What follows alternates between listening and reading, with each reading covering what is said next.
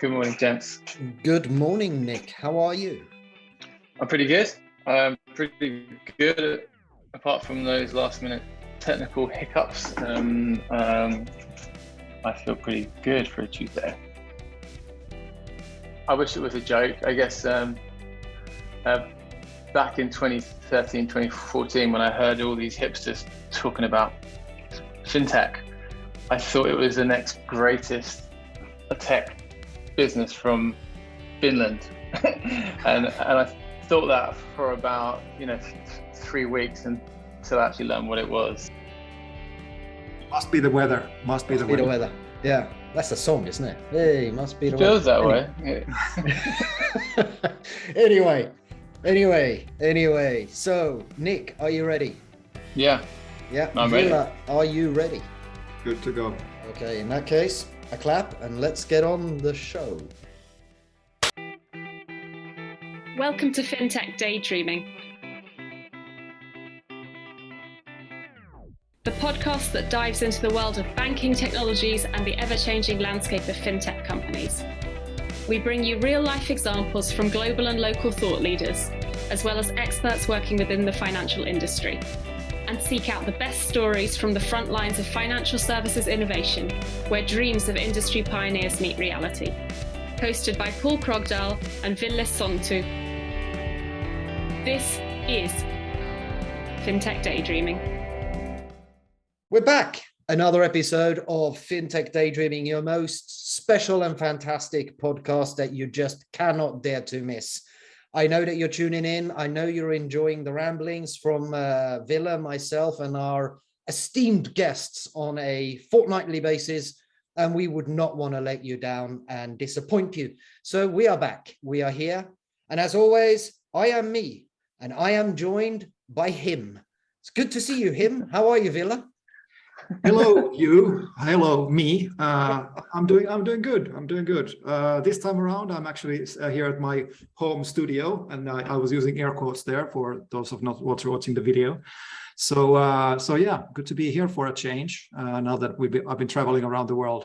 I will be traveling again next week, but that's another story for a later time. But yeah, good to be here in Finland. It's actually quite beautiful here with autumn and all the colors in the trees and things like that. And I guess people are starting to prepare for Christmas already, which is a little bit weird now in October, but it is what it is. I'm really struggling with that. I mean, the next thing for me should be Halloween, and I'm already starting to hear Christmas songs. I can't cope with this. To me, Christmas starts mid-December. It does not start beginning of October. I need to get through my birthday. I need to get through Halloween and multiple other things before we start thinking about Christmas. So please don't take us there.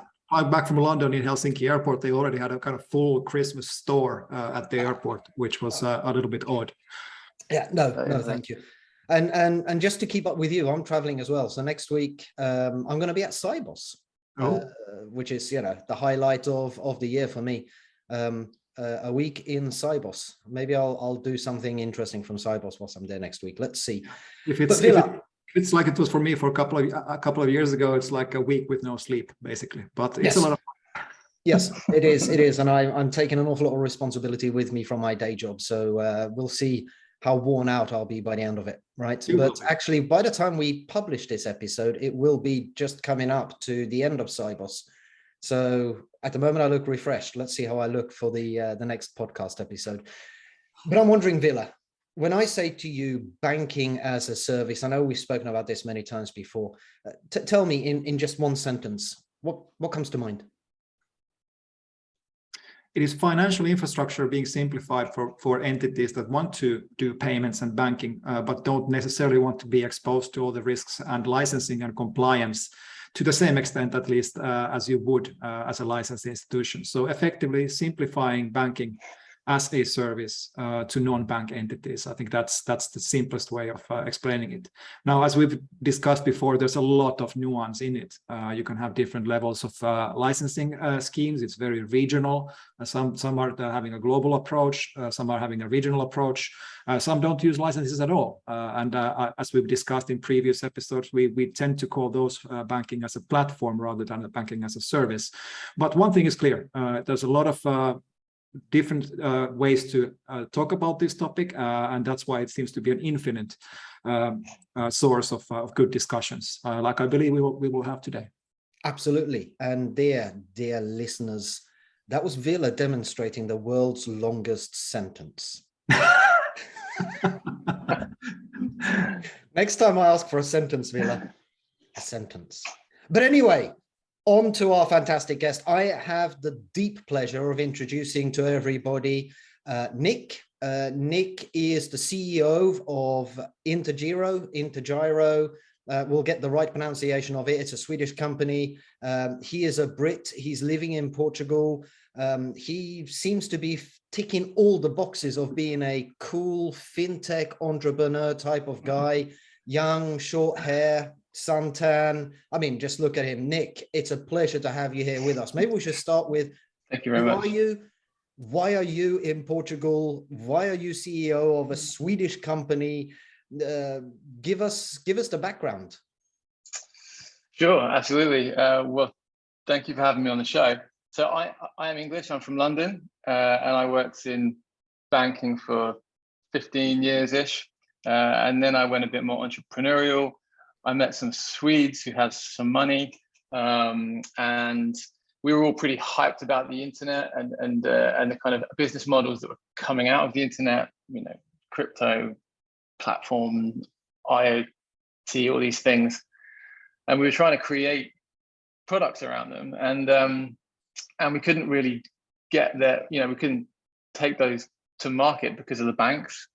Most of them were money linked because of our background, and the banks, they didn't have the technology, they didn't have the cultural interest really in what we're working on. So we hatched a plan to create a bank, or it didn't actually end up that way. It ended up as an EMI, but they were Swedish, and like I said, and they actually already had a PSP, which had applied for an EMI license. So we kind of hijacked that, and I took over and made it what it is today. But I'd always had the vision that I wanted to create a distributed business, even before that was hip. You know, this is 2017, way before the virus made it much more normal. I'd always imagined that was the most efficient and resilient way of running a business. So we created it that way from the beginning, 5 years ago, and in that model, you can live wherever you want. There's no reason to be anywhere really. So I chose Portugal. We have a hub here. I'm in the co-working. We've got 8 people here, I think now. So yeah, it's a good place to live if you like the surf, you like the beach, you like the kind of nature and lifestyle. I love that phrase you used there. I met some Swedish guys with money. Yeah, exactly. I think that's how all fintechs should be started. Ville, we're doing something wrong. We're here in the Nordics. We need to meet some Swedish guys with money. Yeah, definitely, we're doing something wrong here. Yes. Yeah. So how do you pronounce the name? I'm assuming Swedish. It's intergiro.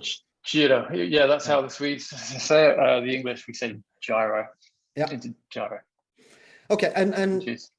You know, you've sort of indicated that you're delivering a banking as a service style capability predominantly for corporate clients. You know, from a definition around banking as a service, we sort of normally tend to say that banking as, like Villa's one sentence long definition, banking as a service is when a licensed entity basically delivers out its licensed capabilities to third parties that don't have a banking license. You're saying that you've got an electronic money institution license in Sweden. Doesn't that make you more a payments as a service than a banking as a service? Maybe we should start with, in that case, how do you define banking as a service? And I won't restrict you to one paragraph or sentence like I did with Villa. No, two. Yeah. So it's a really good challenge. I think it's all about how literal you want to be. As I mentioned, we're not a bank. We don't pretend to be a bank. What we have created is a middleware that sits in between the banks and modern applications. And therefore, we are transmuting banking products through our API. So in that regard, we are banking as a service. However, you're absolutely, and I might mention that we will also offer credit and we will also offer savings, but they just won't be from our license, right? So we will repurpose that through another provider. So I think it's all about how literal you want to be. I think it's also about how clear and how easy you want it to be for your users. Embedded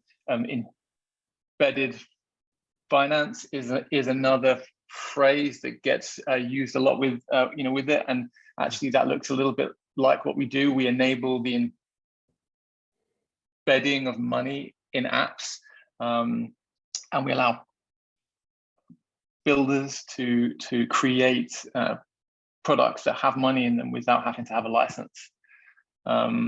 So we landed on that phrase because it was well known, and there was a bit of SEO value. We could have used payments as a service as well. We didn't because nobody was using that a few years ago. I don't really hear it that much now, to be honest with you. But yeah, I think it's all about how literal you want to be and how how banking is a word that I think is very, very broad. I think, I mean, Villa knows this, and we've had other episodes in the past around banking as a service. I get become a bit of a stickler when it comes to some of these terms, and it's the same as the regulators will say to you, you can't call yourself a bank unless you're licensed, right? Mm-hmm. So you have lots of these neo banks out there that don't actually put bank in their name because they're not fully licensed. They rely on someone else's license. In the same vein, I'm very focused on banking as a service is specifically the fact that it's underpinned by a licensed entity, a bank that will basically outsource its licensed capabilities to a third party. You take that license away, you've got banking as a platform. And very often when we get stuck in discussions with others on the podcast, it's come down to the fact that in reality, they're a banking as a platform provider where they will partner with or take advantage of third parties that have got a licensed entity that will outsource their license through that platform to other parties. Now you're sort of almost on that cusp because you've got an electronic money license, right? So from that perspective, you cover the totality. But when it comes to the wider scope of banking, do you then partner with banks to deliver that capability? Yeah, exactly. So we have quite an interesting model. It's not that unique anymore, but it was when we kicked it off. So like I said, we're a middle layer in between the banks, and we work with many banks under the hood. Okay, but we hold the ledger. Okay, so we do the Smart Treasury, which means that you can have like 100 euros in a wallet, and 20 euros might be in bank A, and the rest could be across all the rest of the banks, and the user won't know that, and that allows us to be very flexible. That allows us to do tricks with settlement on cards because we're also an acquirer and an issuer, so it allows us to do tricks there. It allows us to do interesting things with FX.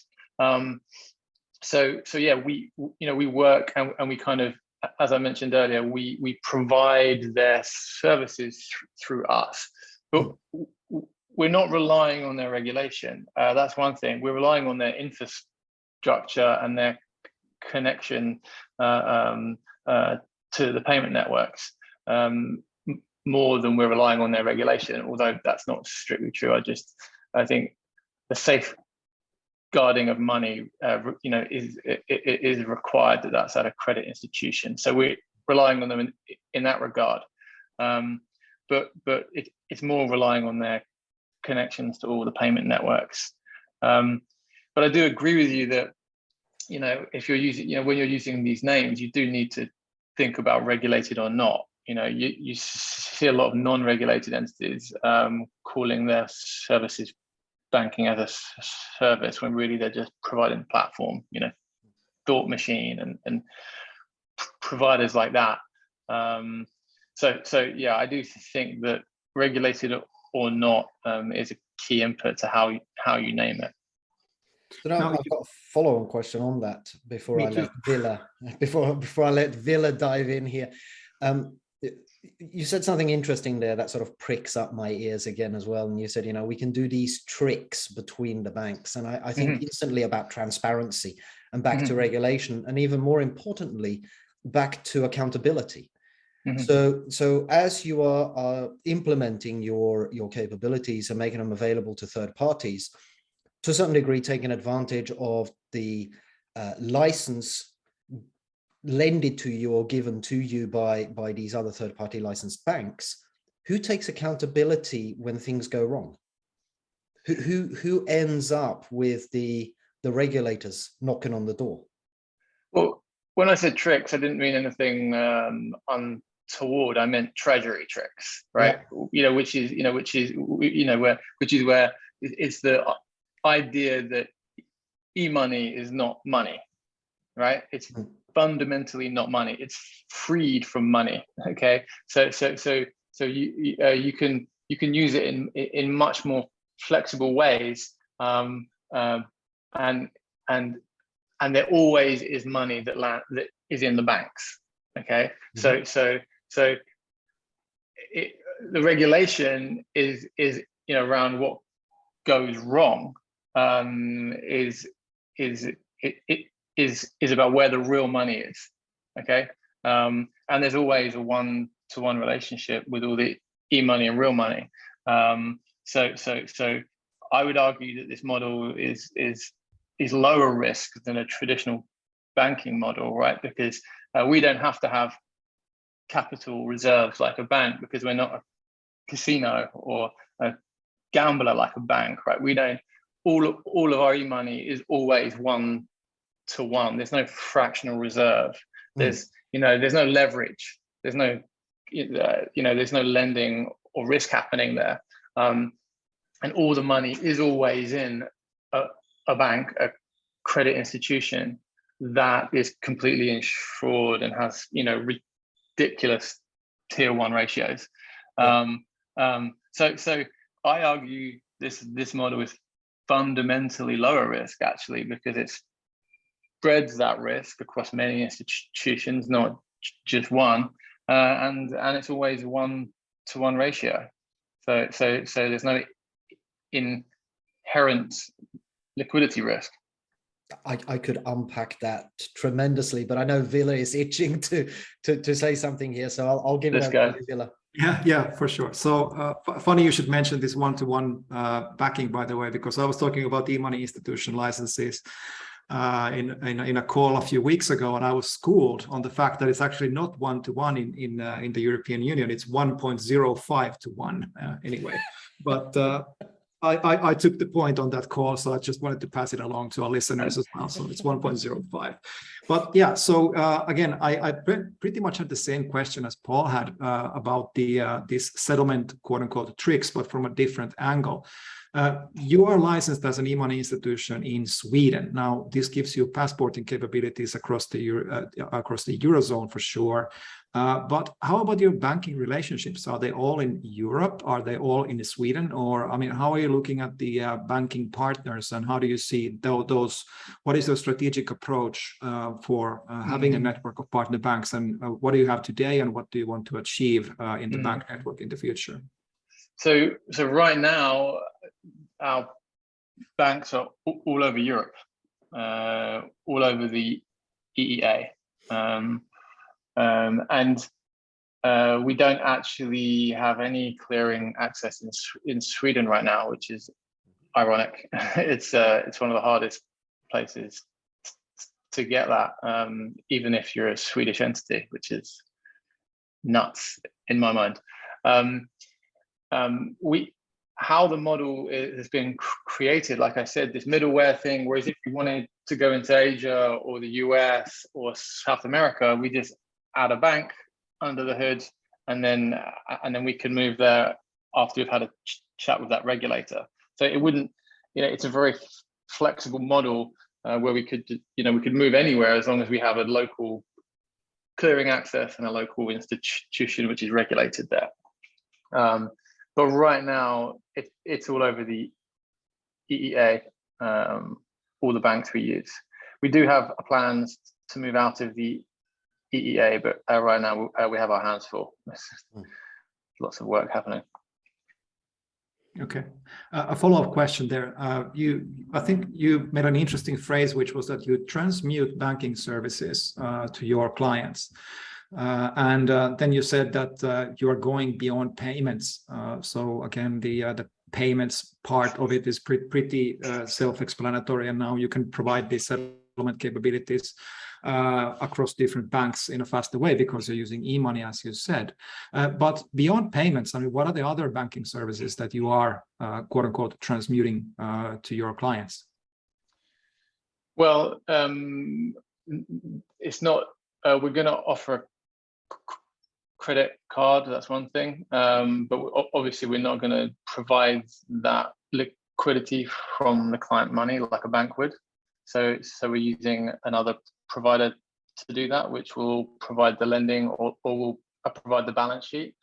We're going to provide savings as well, which is exactly the same, just the opposite end of the coin. All right, we're not allowed to offer savings rates, so we're going to use a provider that is, and make that available through the platform.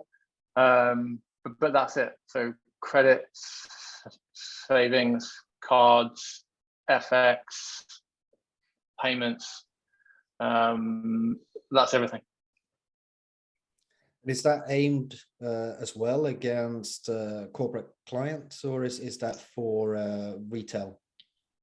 So we have two platforms. We have B2B and B2B2C, what we call 2D and 3D. And 2D is only businesses or corporates. B2B2C, as you would imagine, the end C on that is consumers. So we do have consumers on the ledger. It's just they are not through our brand; they're through a partner brand. But we don't have any plans for a consumer brand under our name. No. Okay. I'd actually like to move back to the discussion around banking as a service, the success that you guys have had, and maybe from your experience, what has been some of the issues or challenges that you've faced as you've built this organization in actually building this banking as a service capability or banking as a platform capability? If you were to help others on that journey. Yeah, so I think the thing you really have to crack is onboarding. Once you can allow other providers or other partners to onboard through your API, the volume and the load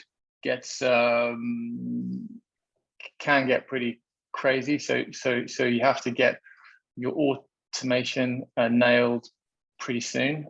Otherwise, you're just going to overrun the business. That's one thing. That was one of the early challenges that we had. Another challenge is a lot of the early partners or your early clients, they all want special treatment, bespoke things. And so early on, you end up kind of chasing your tail a little bit, trying to do all these rinky-dinks and these add-ons that they want for their product that they promise is going to fly next month. So the challenge is really trying to create a turnkey solution and then finding the clients that want that out of the box, rather than all these endless custom builds. So that's one thing for sure. Or those are two things that I would recommend.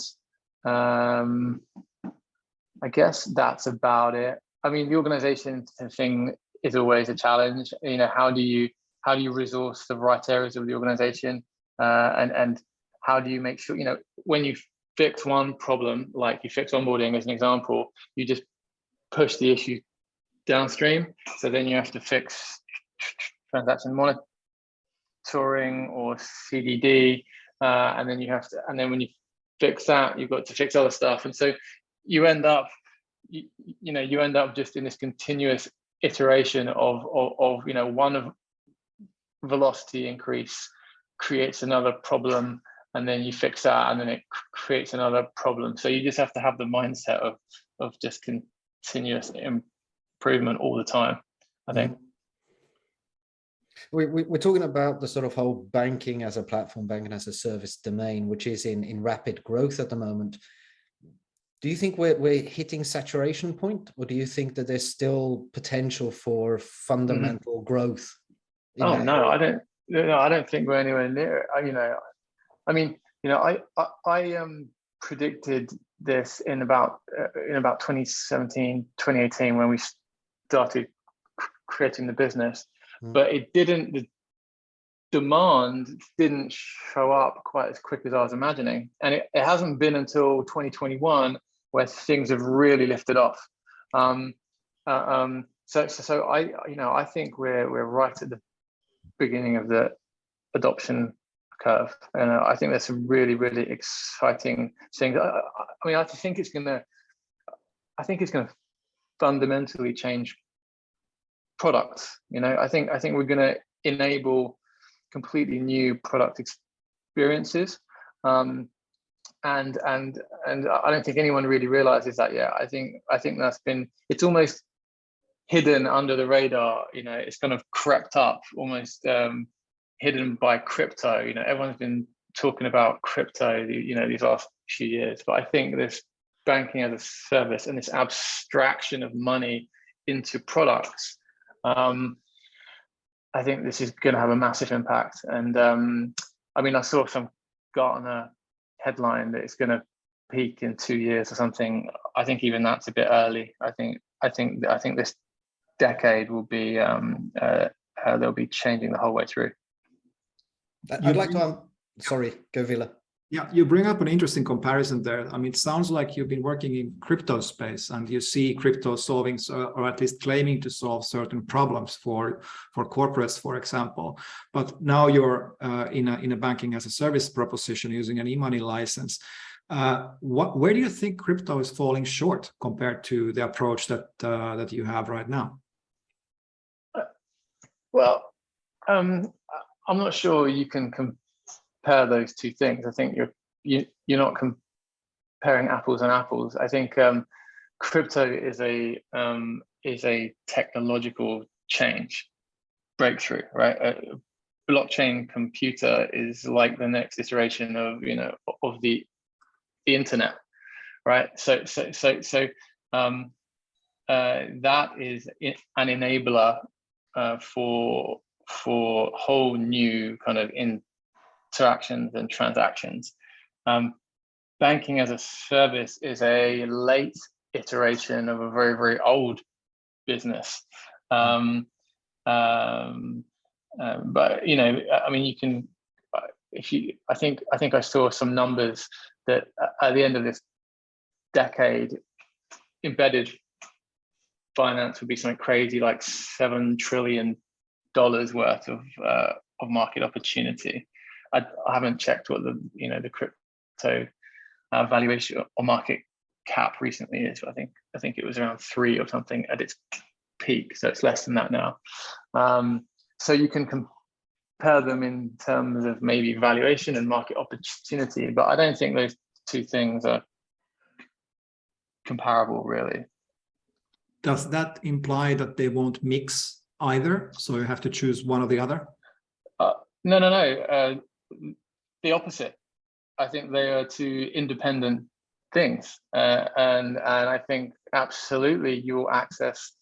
I think in the future there'll be currency agnostic ledgers, right? So, and that includes crypto. So there'll be businesses that want to pay their taxes in euro, they want to pay an invoice in Bitcoin or whatever it will be, then they want to get paid in Ethereum. Then they're going to want to, and that will be a continual currency exchange, and that's how it will be. That's how we'll trade. So yeah, I think they'll mix for sure, 100%. Sounds like you're setting some future strategies for intergiro. Oh, I mean, I think if any fintechs out there have got any other, if you're not working on a crypto or a currency agnostic ledger, then I think you're off the mark. Yeah, absolutely. Again, I mean, we're focusing in on trying to get more into the how of banking as a service. We've had so many discussions on what is it, and I think we've done actually one of the best jobs so far on this episode on defining what is banking as a service versus banking as a platform, etc. So that's actually a bonus point that I want to give to you, Nick.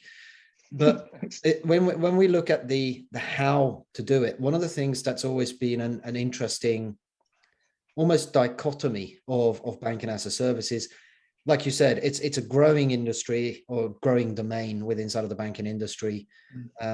Growth means that you want to expand across regions, across regulatory boundaries, right? So as you're building a platform to deliver banking capabilities, you're very often going to hit regional variations. You guys are on a growth path.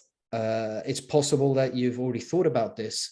So how are you going to deal with, going cross borders or cross regional variations, both from a regulatory perspective, but also from a way of working and way of interacting? Yeah, that's a really good question. It's quite a deep question. Yes. I mean,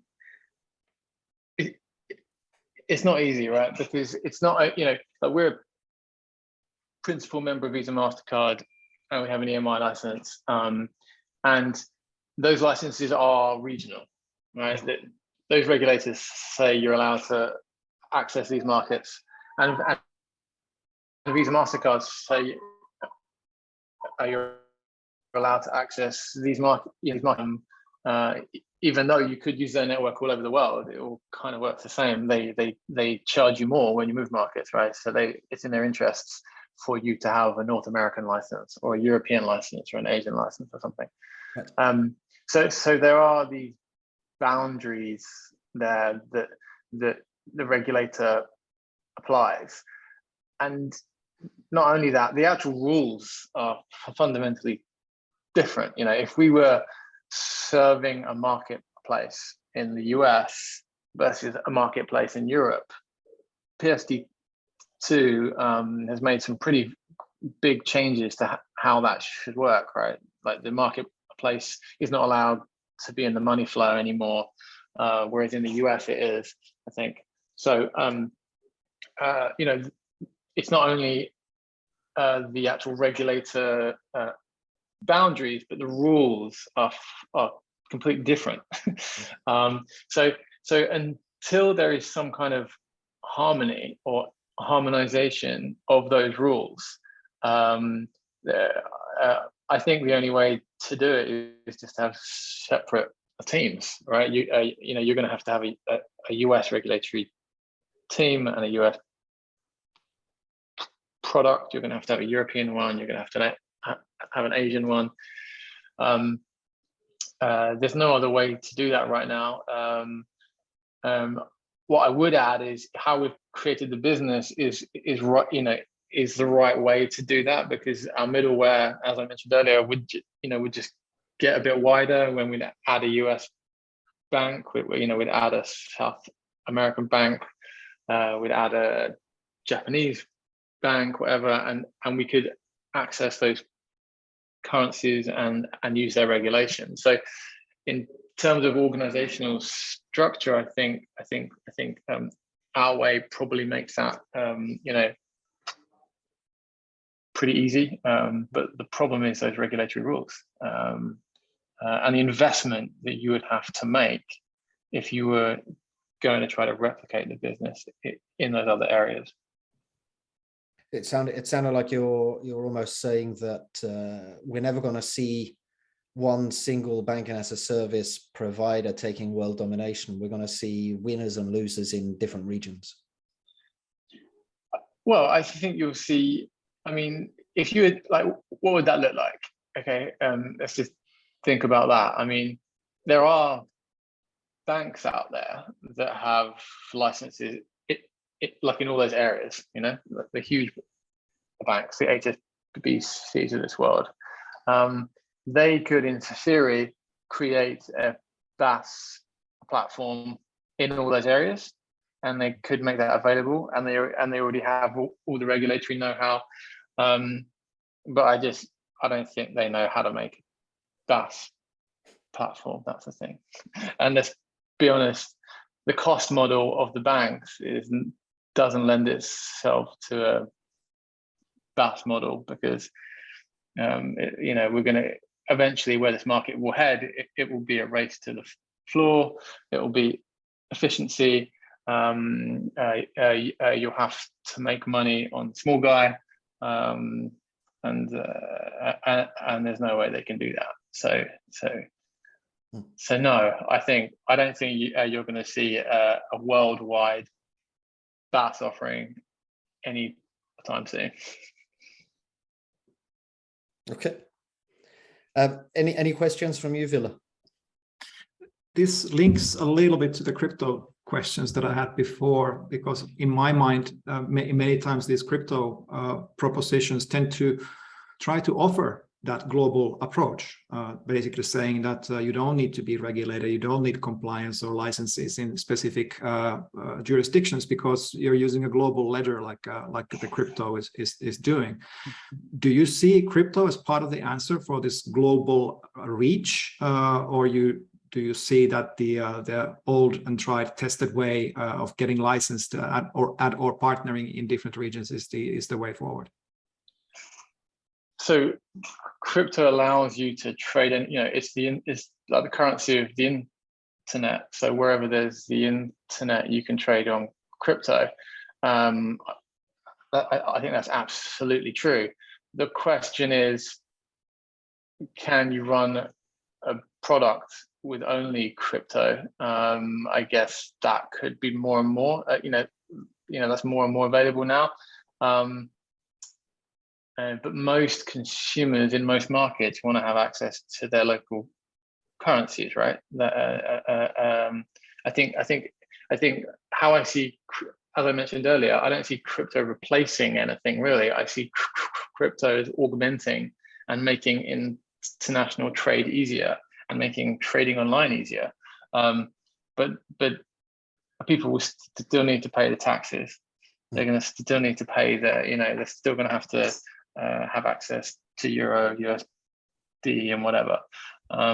So I don't see it as a silver bullet to the worldwide BaaS question. No. Okay. So shifting gears a little bit here and moving back to one of our other favorite topics, which is regulation and compliance, which we've been kind of touching a little bit here as well.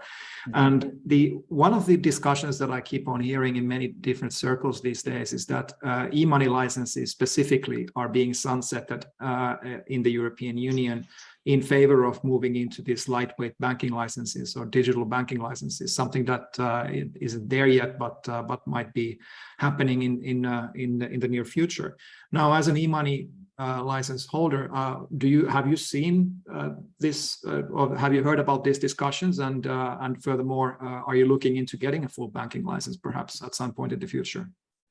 So I'd not heard about that. No, I hadn't heard that there was an option, or that anyone was looking at moving EMIs into light banking licenses. I do think EMIs the regulations are being used in ways that they were probably not originally meant for.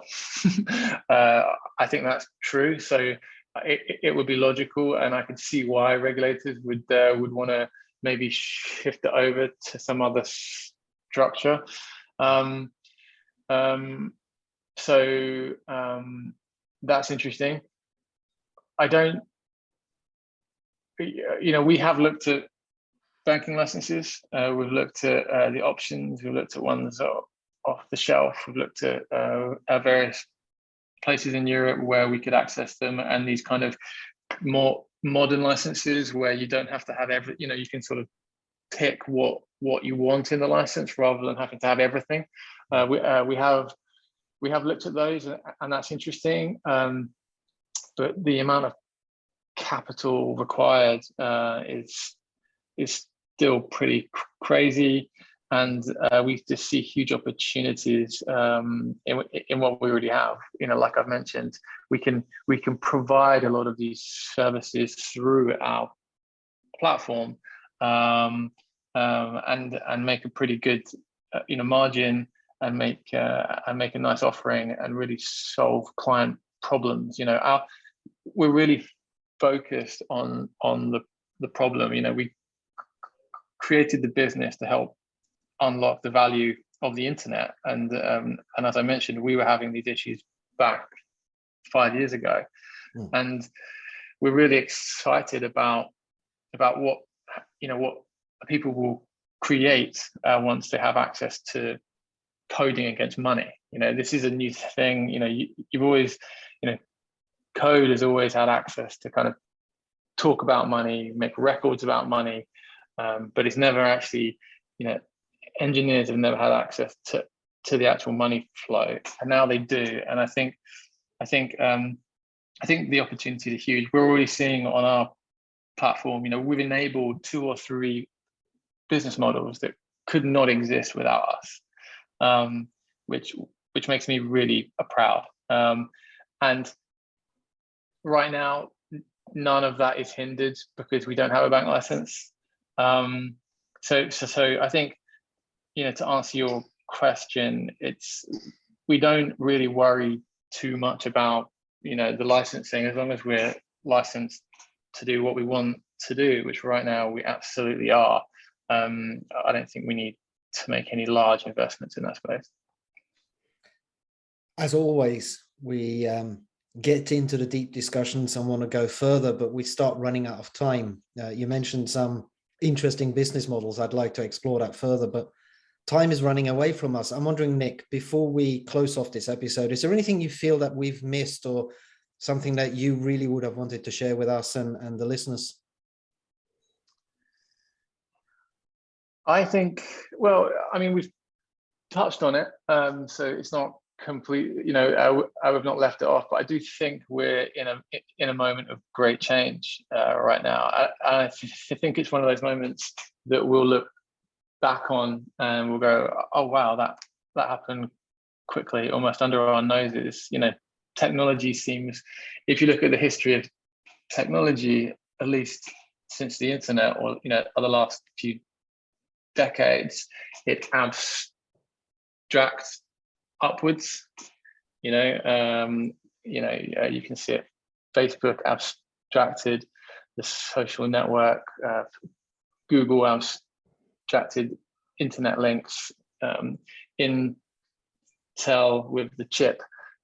All these things happen under your noses, and then you look back on them and they amaze you. I think we're in that moment now with finance, and I think I'm just really, really looking forward to seeing what is created over the next few years. I think it's going to be really exciting, and that's why I do this. I think enabling the new and enabling innovation, I think, is a noble thing to do, and it's happening. So I'm looking forward to seeing where it goes.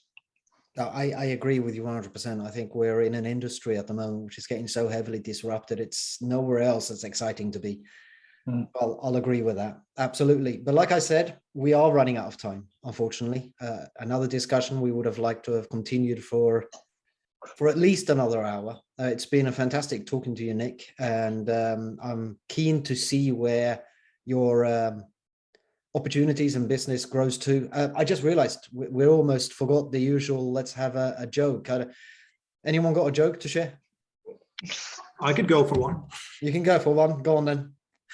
All right. So as you know, Paul, we have listeners all around the world, especially here in the Nordic countries, and Iceland is, of course, one of them. So guess what I heard the other day? The Iceland people in Iceland, they have a very specific way of storing their cryptocurrencies. Do you know what it is? No. Cold wallets. Cool. I'll show myself out. please do, and take your joke book with you. Oh, fantastic. Well, I think that was a nice way of ending off another episode of Fintech Daydreaming. Nick, like I said, it's been fantastic to have you on the show with us. If our listeners want to know more about intergiro, or you maybe talk about the surfing down there in Portugal. Only hot. Yeah, Portugal. How do they get in touch with you? How can they find you? I think me and the business are most active probably now on LinkedIn. So check us out on LinkedIn. That's where I write a bit of long form material, and we have loads of posts and things there as well. So I think that's probably the best place. And how do they find you on LinkedIn? LinkedIn /rootnick or Nick Root, and that's how you find me.